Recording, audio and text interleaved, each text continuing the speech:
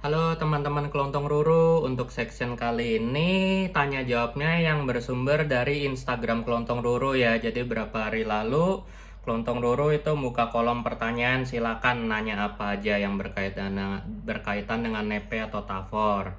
Nah, ini kami coba baca dan jawabin satu-satu ya dari semua akun yang masuk. Nah, yang pertama itu dari Bang Raul Simatupang. Horas Bang, nih udah nanya di YouTube juga ya, tapi nggak apa-apa, kami jawab lagi di section Instagram. Yang di Instagram, Bang Raul ini nanya cara numbuhin gulma di media tanam nepe itu gimana.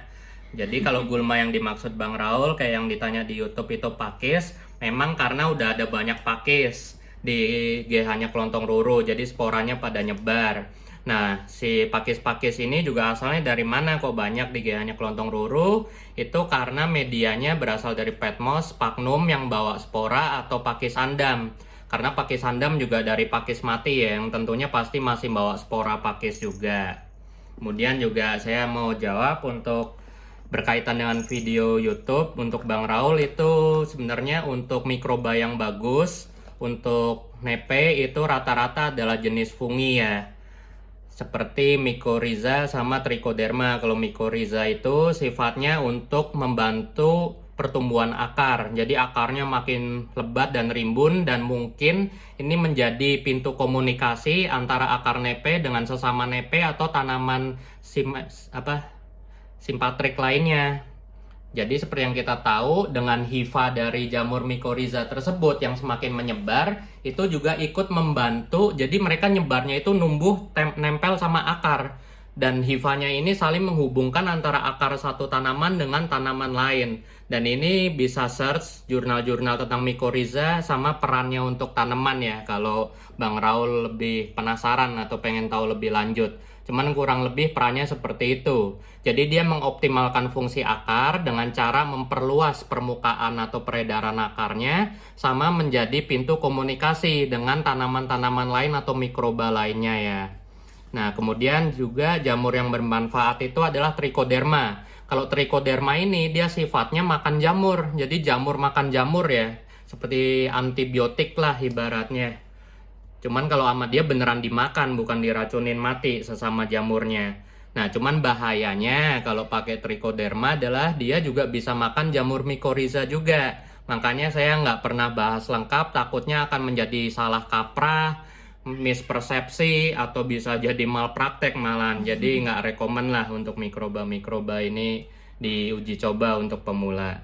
Kemudian pertanyaan kedua dari akun Bomantafor. Perawatan Veichi Golden Lips dong om, punya saya udah rawatan sekitar 2 bulan belum ngantong. Jadi untuk Veichi itu karakternya khas. Nah, apalagi kalau lihat namanya ya Golden Lips ini biasanya yang jenisnya lumayan inter sampai HL, biasanya ada di Maleo Basin atau di Bareo. Nah, Veichi ini memang sulit. Makanya kalau teman-teman perhatiin, grower-grower di perkotaan jarang banget yang pamer Veichi. Even di tempat teman-teman saya yang HL pun itu Veichi juga tumbuhnya nggak kayak nepe ideal. Nepe ideal yang dimaksud di sini contoh kayak globosa. Globosa itu bisa kantongnya rimbun banyak banget. Tapi Veichi itu paling rata-rata 4-5 kantong aja di tanaman yang udah banyak daunnya. Nah, ini memang karakternya dia, ini contoh ya dari teman saya, dari Bro Karis yang tinggal di Bali. Dia Veichi-nya sempet bagus tuh. Nah, Bali ini kan iklimnya agak unik juga karena dia dekat dengan Australia. Jadi pada saat musim mendekati akhir tahun seperti Desember itu kan biasanya ada angin dingin di sana. Dan anginnya itu cukup kenceng, dingin, dan matahari terang karena dia kota pantai kan Bali. Nah, pada saat itulah Veichi-nya biasa ngantongnya bagus banget. Jadi kesimpulan dari Kelontong Ruru, ini udah karakter khas nepe inter HL ya. Suka angin, suhu dingin, tapi cahayanya kuat. Bingung kan kita akomodirnya kalau piaranya di outdoor, jadi kita cuma bisa ngandelin musim. Contoh kalau di Bali, kalau kita yang di perkotaan, ya bisa kita bantu dengan kasih misting untuk lebih lembab dan menjaga suhu nggak terlalu panas. Kemudian juga kita berharap pas kemarau, biasanya itu kan di perkotaan malamnya jauh lebih dingin ya, karena anomali cuaca. Dan yang penting untuk Feici ini juga tips dan pengalaman dari teman-teman Kelontong Ruru dan Kelontong Ruru pribadi. Kalau bisa, kalau ada media bekas nepe yang udah dipakai dari lama dan masih bagus, dalam artian bagus di sini adalah masih poros, kemudian juga belum bau cyanobacter, belum bau busuk, masih layak pakai lah. Tapi udah 1-2 tahun lebih di outdoor, pakai lagi untuk Feici. Atau bisa juga, ini juga terbukti di teman-teman Kelontong Ruru yang tinggal di daerah Inter sampai HL, GH-nya. Biasanya kalau medianya Feici udah ditumbuhin pakis, entah kenapa Feici-nya ikut ngantong. Nah ini juga misteri sih sebenarnya, tapi anggap aja dia ada simbiosis lah. Entah akar pakisnya itu menambah aerasi, atau mungkin ada simbiosis tertentu, atau mungkin bodohnya kita berpikir nutrisinya udah keburu habis bersaing sama pakis, dianya jadi lapar terus ngantong. Ya hanya alam dan nepenya sendiri ya yang tahu ya. Tapi secara overall untuk Feici dia memang rewel, jadi nggak usah panik.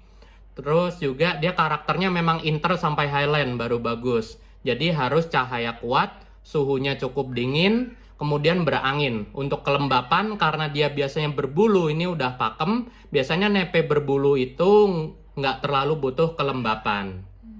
Walaupun ini agak ironi, karena sebenarnya fungsi bulu itu di habitat adalah memerangkap kelembapan.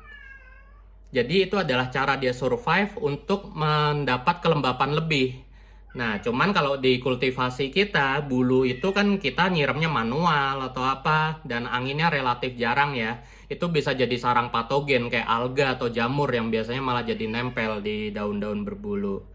Tapi mungkin nanti nextnya saya bisa bikin video lebih lanjut khusus untuk Feici. Saya akan bahas lebih detail sejarahnya dan juga jenis-jenis variannya. Ditunggu aja ya Bro Bomantavor. Nah selanjutnya dari Bro Dimspay. Emangnya nepe itu harus dikasih tatakan yang airnya selalu terisi biar tetap lembab? Ya tergantung, kalau di GH-nya Kelontong Ruru kenapa pakai tatakan? Ya memang, satu udah pasti nambah kelembapan. Karena air menguap dari tatakan sampai ke atas, itu yang namanya kelembapan microclimate. Terus juga karena Kelontong Ruru males nyirem. Sebenarnya nepe ya paling bagus adalah nggak pakai tatakan, cuman kitanya yang harus rajin nyirem. Tapi karena Kelontong Ruru mengkompensasi cara tersebut dengan menggunakan media bebatuan yang poros, jadi relatif kalau pakai tatakan lebih aman, jadi nggak apa-apa. Terus kenapa Kelontong Ruru saranin lebih bagus kalau kita siram manual dari atas atau pakai sprayer? Karena itu juga menambah oksigenasi akar. Kalau kita pakai tatakan, itu airnya stagnan. Air yang stagnan itu miskin oksigen, nggak bagus buat akar. Kemudian juga air yang stagnan itu cenderung jadi sarang bakteri atau jamur yang belum tentu bagus ya. Kemudian dia juga berbahaya banget dari serangan omiset. Omiset itu sejenis fungi yang paling sering menyebabkan busuk batang di tengah atau di pucuk nepe. Jadi kalau kalian pernah punya nepe, perhatiin deh yang di tempatnya becek banget atau medianya udah padat banget. Itu nepe kadang suka busuk dari tunas baru atau dari tengah batang. Itu disebabkan oleh omiset biasanya. Obatnya tetap sama, fungisida untungnya, nggak perlu yang aneh-aneh. Jadi nepe itu nggak harus pakai tatakan. Cuman beberapa nepe memang lebih bagus kalau pakai tatakan, terutama penghuni rawa. Seperti Bikal Karata dan Echinostoma, itu yang paling terkenal. Untuk ampul, raffles ya itu selera sih. Yang penting lembab ya. Ya betul. Jadi rata-rata sebenarnya pakai tatakan itu fungsi utamanya adalah dua. Biar media tetap lembab dan biar microclimate-nya tetap lembab. Jadi untuk kelembapan sekali lagi saya tekankan udah pasti secara microclimate karena evaporasi air dari tatakan ke atas. Nah, pertanyaan selanjutnya dari akun Wildan Saputra. Kak, istilah EP, MT, BE di Nepenthes maksudnya apa ya?